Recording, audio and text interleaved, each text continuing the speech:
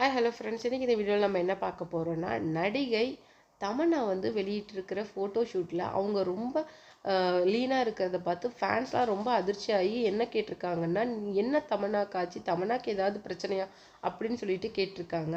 அதை பற்றி தான் இந்த வீடியோவில் நம்ம டீட்டெயிலாக பார்க்க போகிறோம். வீடியோக்குள்ளே போகிறதுக்கு முன்னாடி நீங்கள் நம்ம சேனலுக்கு புதியவராக இருந்தால் மறக்காமல் சிபி ட்ரெண்டிங்கை சப்ஸ்கிரைப் பண்ணிவிடுங்க. மேலும் இந்த மாதிரி வீடியோஸ்க்கு மறக்காமல் நம்ம சேனலை ஃபாலோ பண்ணுங்கள். வாங்க வீடியோக்குள்ளே போகலாம்.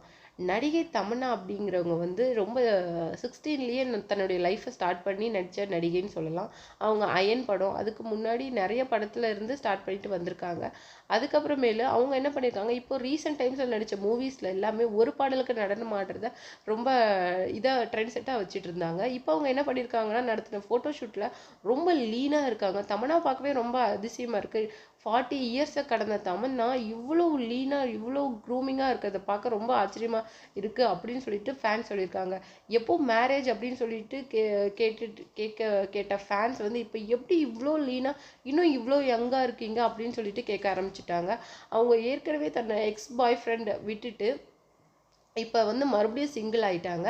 அது மட்டும் இல்லாமல் நிறைய புது மூவிஸில் கமிட் ஆகிருக்கிற தமன்னா வந்து இப்போ தீவிரமான ஜிம் ஒர்க் அவுட்டுக்கு அப்புறம் ரொம்ப லீன் ஆகிட்டாங்க. இது தன்னுடைய படத்துக்காக அவங்க உருமாறியிருக்காங்க அப்படின்னு சொல்லிட்டு சொல்கிறாங்க. இல்லை, இது வந்து என்னுடைய லைஃபுக்காக அப்படின்னு சொல்லிட்டு சொல்லியிருக்காங்க.